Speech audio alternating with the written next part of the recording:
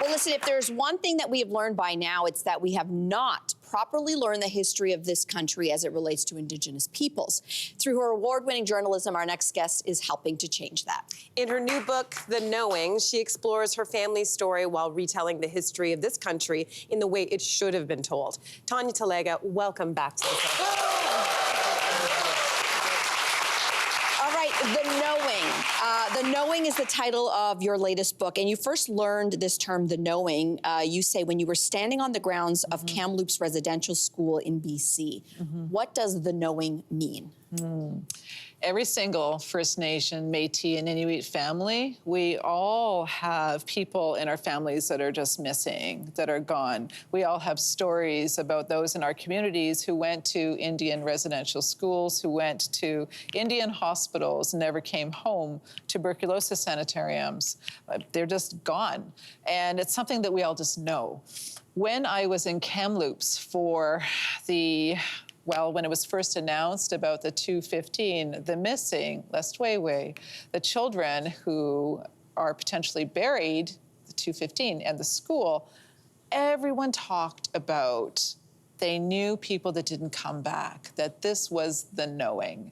And when I heard that phrase, I thought to myself, that's exactly what it is like for our families all over. We know that people didn't come home. And the book also follows your efforts to trace the life of your great-great-grandmother, Annie Carpenter. So through this process, what questions were you hoping to answer?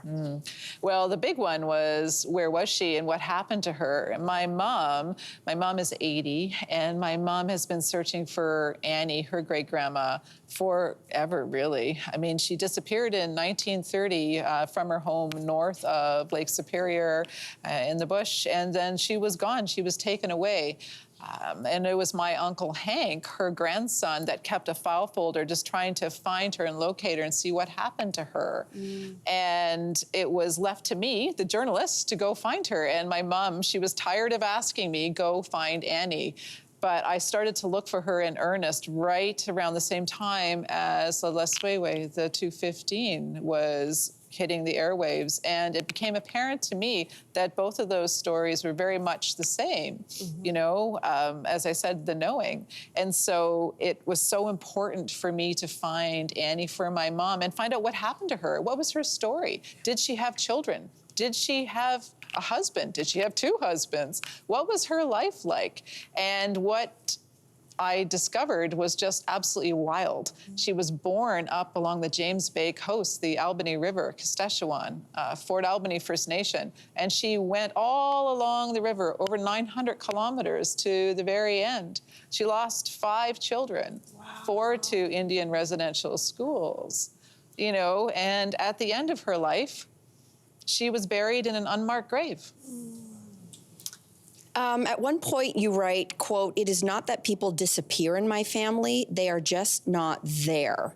So you were searching for records of your ancestors, like the story you're sharing with us. So what was that experience like? Did institutions have records? Were they giving them up? Did records just simply not even exist? What did you find? It honestly took an army of researchers to help me. And I'm a journalist, you know, I've been doing this for over 25 years. But we were looking for baptism records, marriage records, death records, and it's so hard to find. And it was actually community members who found records in church dioceses, you know, down website wormholes as well. We had professional archivists helping us try and find everything we could. And, you know, one of the most incredible records that I saw was found by my cousin, Paula Rickard, and that was a marriage record. When Annie was 18, she married Samson Wemestigus. She was listed as a spinster at 18, but she signed the marriage records in Cree syllabics by her own hand, and it's the only document that I have that she's really touched. Wow. Well, as you mentioned, like, with some help, you were able to track down the place where Annie was buried. So you visited that gravesite with your mom. Talk about what that reclamation meant for you and for your family. It's wild. It's unbelievable. You know, truth is really stranger than fiction. Annie turns out to be, as a spoiler though, but she is buried just off of the Gardiner Expressway on your way to Sherway Gardens. Oh, so it's a large graveyard full of 1,511 people that were all patients who died at the Ontario Hospital. And the Ontario Hospital is now Humber College. The Ontario Hospital was the Centre for Addictions and Mental Health, right? Like that's the new name of what it now is called. But then it was known as a quote unquote lunatic asylum.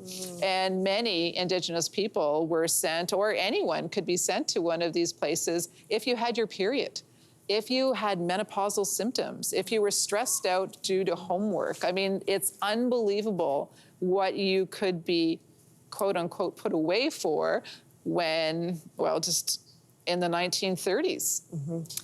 Yes, and so that the picture that you just saw was of my mom at the graveyard right off the highway on the way to Sherway Gardens. wow. Unbelievable. You made a 4-part docuseries that captures your time working on this book. Why are visuals so important to you to accompany the written work?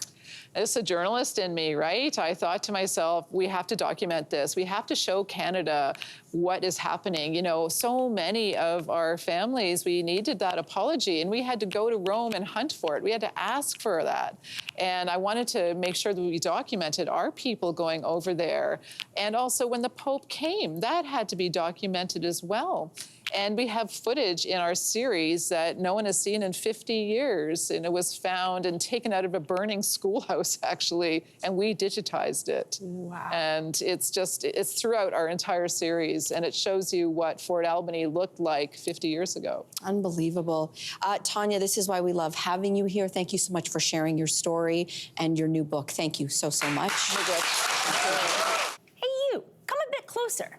We've got so many more must-see interviews, spicy debates, lifestyle tips, and pop culture moments. So subscribe to our channel by tapping the logo below and don't miss out.